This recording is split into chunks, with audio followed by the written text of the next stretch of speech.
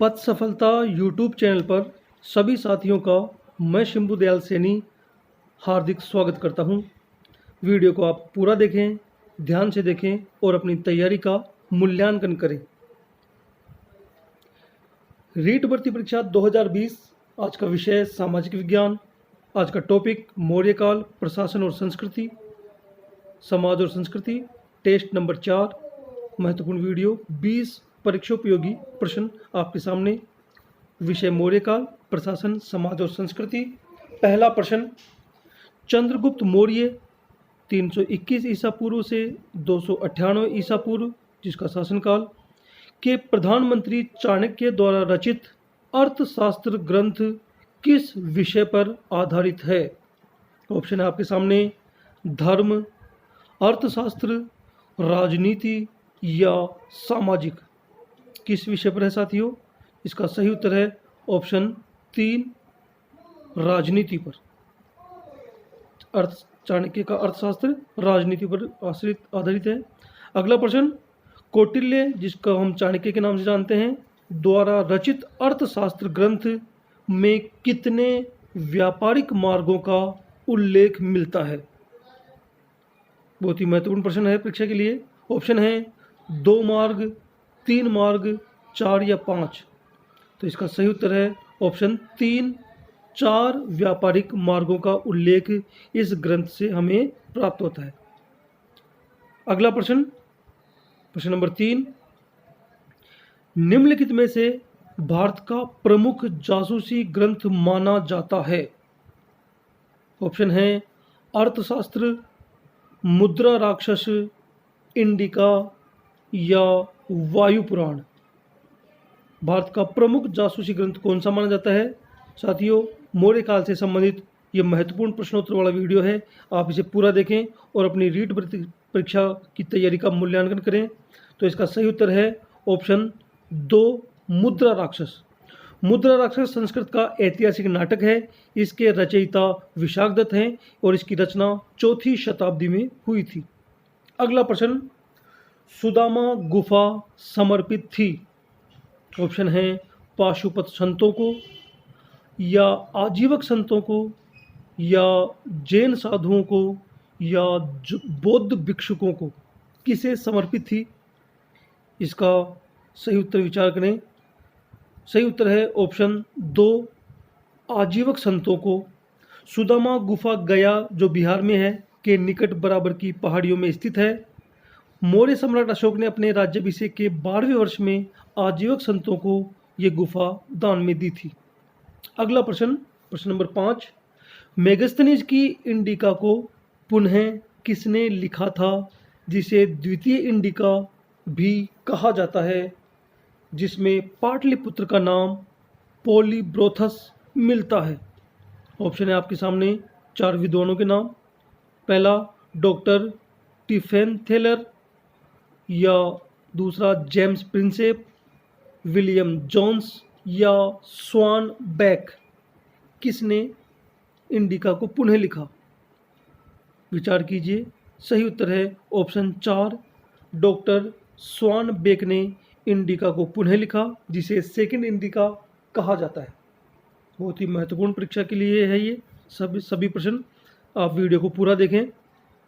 अगला प्रश्न, प्रश्न नंबर 6, चंद्रगुप्त मौर्य के विषय में किस विद्वान का कथन है कि चंद्रगुप्त ने 6 लाख की सेना लेकर संपूर्ण भारत पर अधिकार कर लिया था? 4 विद्वानों के नाम सुनिए। ऑप्शन सेल्यूकस, विशाखदत्त, प्लूटार्क या कौटिल्य। ये कथन किस विद्वान का है? विचार कीजिए, चाहे तो वीडियो को रोक भी सकते हैं। साथियों, इसका सही उत्तर होगा ऑप्शन 3, प्लूटार्क। प्लूटार्क ने यह कहा कि चंद्रगुप्त ने 6 लाख की सेना लेकर संपूर्ण भारत पर अधिकार कर लिया था। आगे बढ़ते हैं प्रश्न नंबर 7 की ओर। प्रश्न नंबर 7 है, मौर्य काल के बारे में किस ग्रंथ से जानकारी मिलती है? ऑप्शन है आपके सामने, मेगस्थनीज के इंडिका ग्रंथ से, सोमदेव के कथा सरित सागर से, विशाखदत्त के मुद्रा राक्षस से, या चौथा उपर्युक्त सभी। तो साथियों, इस प्रश्न का उत्तर होगा ऑप्शन 4। उपर्युक्त सभी ग्रंथों से हमें मौर्य काल के बारे में जानकारी मिलती है। अगला प्रश्न बहुत ही महत्वपूर्ण, ध्यान से सुनिए। प्रश्न नंबर 8, चंद्रगुप्त मौर्य के संबंध में निम्नलिखित में से कौन सा कथन असत्य है? ध्यान से सुनिए चार ऑप्शन। पहला है, चंद्रगुप्त मौर्य ने 305 ईसा पूर्व में यूनानी शासक सेल्यूकस को पराजित कर उसकी पुत्री हेलेना से विवाह किया। दूसरा कथन, चंद्रगुप्त ने सौराष्ट्र जो गुजरात में है में सैनिकों के किसानों के हितार्थ सुदर्शन झील का निर्माण करवाया। तीसरा, सेल्यूकस के राजदूत मेगस्थनीज ने इंडिका पुस्तक में लिखा कि भारत में दहेज प्रथा नहीं है। और चौथा है, उपयुक्त सभी कथन सत्य हैं। बहुत ही महत्वपूर्ण साथियों, इसका सही उत्तर है ऑप्शन 4, उपयुक्त सभी कथन सत्य है। आप ये बहुत महत्वपूर्ण प्रश्न है, आप इसको याद करें। अगला प्रश्न, प्रश्न नंबर 9, निम्नलिखित में से कौन सा स्रोत मौर्यों के नगर प्रशासन का विस्तृत वर्णन प्रस्तुत करता है? ऑप्शन है, कौटिल्य का अर्थशास्त्र से, मेगस्थनीज की इंडिका ग्रंथ से, विशाखदत्त के मुद्रा राक्षस ग्रंथ से और अशोक के अभिलेखों से। किस ग्रंथ से हमें नगर प्रशासन का सही उत्तर होगा इसका? ऑप्शन 2, मेगस्थनीज की इंडिका पुस्तक से मौर्यों के नगर प्रशासन का विस्तृत विवरण हमें मिलता है। अगला प्रश्न 10, मौर्य काल के प्रशासनिक अधिकारियों के संबंध में कौन सा कथन असत्य है? ध्यान से सुनिए। पहला, प्रधानमंत्री राजा के बाद सबसे शक्तिशाली अधिकारी। दूसरा, परिणयाध्यक्ष व्यापार से संबंधित मुख्य अधिकारी। तीसरा, दंडपाल पुलिस अधिकारी। और चौथा, रूपदर्शक सौंदर्य सामग्री वितरण अधिकारी। इनमें एक कथन असत्य है, विचार कीजिए। साथियों, इसका सही उत्तर होगा ऑप्शन 4, रूपदर्शक सौंदर्य सामग्री वितरण अधिकारी नहीं बल्कि सिक्कों की शुद्धता जांचने वाला अधिकारी है, इसलिए ऑप्शन 4 सही उत्तर है। अगला प्रश्न, प्रश्न नंबर 11, मेगस्थनीज के अनुसार भारतीय समाज 7 वर्गों में बटा हुआ था। निम्न में से कौन सा वर्ग उस समय नहीं था? ध्यान से सुनिए ऑप्शन। पहला है, दार्शनिक और सभासद। दूसरा, किसान और आभीर अर्थात अहीर या ग्वाले। तीसरा है, सैनिक और शिल्पी। और चौथा है, बागवान और खिलाड़ी। एक ऑप्शन इसमें गलत है, हमें उस गलत की पहचान करनी है। बाकी 6 वर्ग उस समय थे, एक ऑप्शन वो नहीं है, इसका सही उत्तर होगा ऑप्शन 4, बागबान और खिलाड़ी नहीं थे बल्कि निरीक्षक वर्ग उस समय था। तो दार्शनिक और सभासद, किसान और आभीर, सैनिक और शिल्पी और 7वां वर्ग था निरीक्षक वर्ग। तो सही उत्तर होगा ये ऑप्शन 4, इसमें गलत है। अगला प्रश्न ध्यान से देखें। अशोक के निम्न में से किस शिलालेख में एक गांव के भू राजस्व में रियायत का उल्लेख है?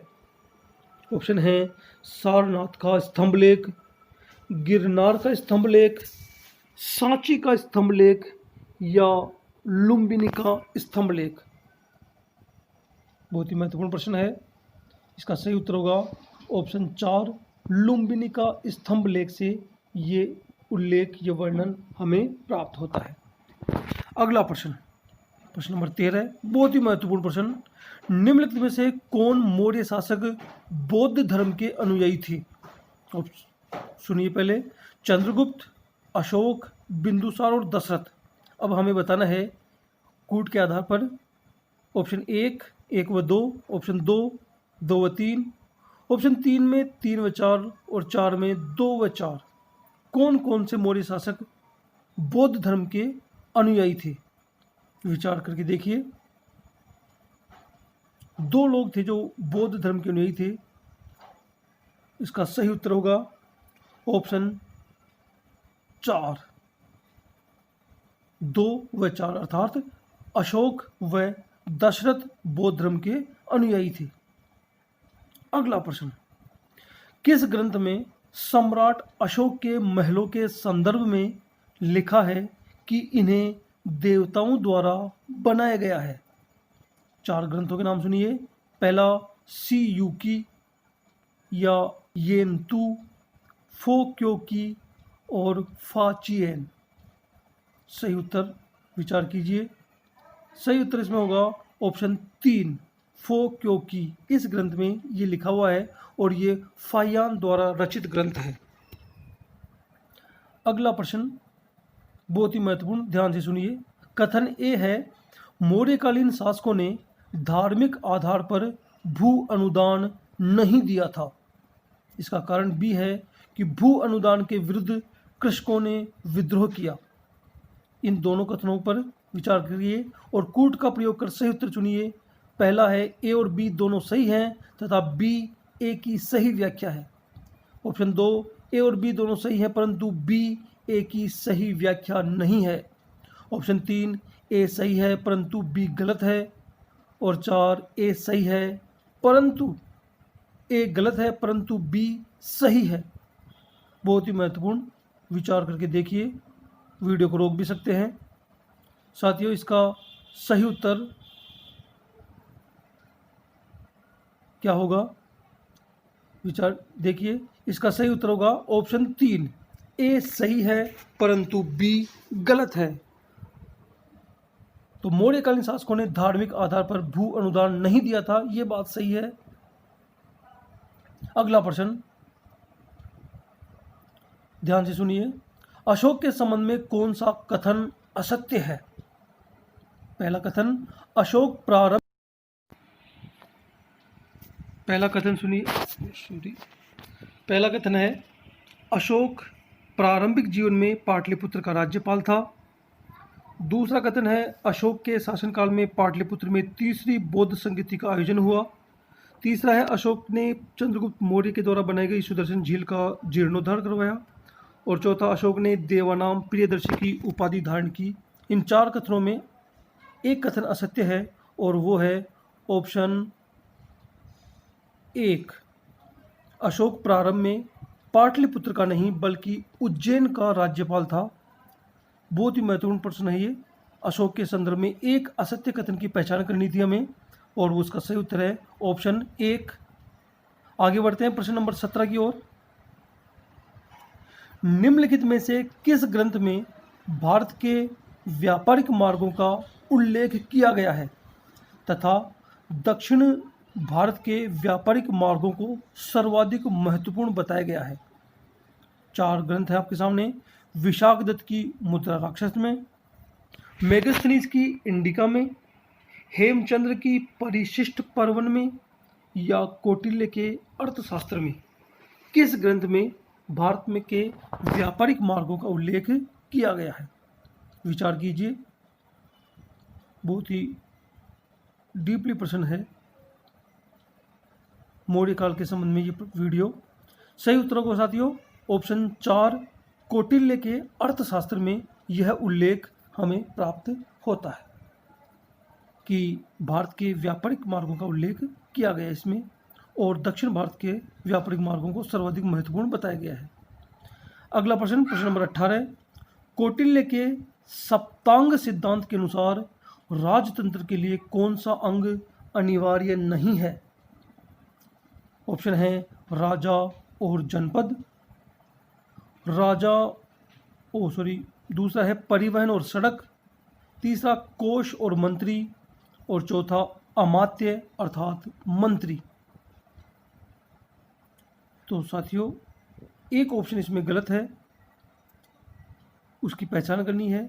बाकी कौटिल्य के अनुसार 7 राजतंत्र के लिए 7 अंग होना अनिवार्य है और वो इसका सही उत्तर है ऑप्शन 2 परिवहन और सड़क के स्थान पर बल अर्थात सेना और दुर्ग की आवश्यकता होती है राजतंत्र के लिए।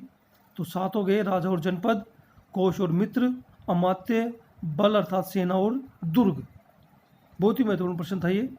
अगला प्रश्न है, किस ग्रंथ में सम्राट अशोक के पौत्र जलोक ने कश्मीर बसाया ऐसा कहा गया है? ऑप्शन आपके सामने, बृहदत्त कथा मंजरी में, राज तरंगिणी में, दिव्यावदान में या मुद्रा राक्षस ग्रंथ में। किस ग्रंथ में ये कहा गया है कि अशोक के पौत्र जलोक ने कश्मीर बसाया? विचार कीजिए, सही उत्तर बताने का प्रयास करें। इसका सही उत्तर होगा साथियों ऑप्शन 2, राजतरंगिणी में, जो कि कल्हण द्वारा रचित है। बहुत ही महत्वपूर्ण प्रश्न, मौर्य काल से संबंधित महत्वपूर्ण प्रश्नोत्तर वाला वीडियो हम देख रहे हैं, जो कि रेट परीक्षा के लिए बहुत महत्वपूर्ण है। आगे बढ़ते हैं, प्रश्न नंबर 20, आज की वीडियो का अंतिम प्रश्न। मौर्य काल की प्रशासनिक इकाइयों के संबंध में कौन सा कथन असत्य है? पहला, द्रोणमुख 400 गांव के समूह को कहते हैं। संग्रहण 500 गांव का समूह को कहते हैं। स्थानीय 800 गांव के समूह को कहते हैं। और खारवटिक 200 गांव के समूह को कहते हैं। एक कथन इनमें गलत है, उस गलत की हमें पहचान करनी है। विचार कीजिए।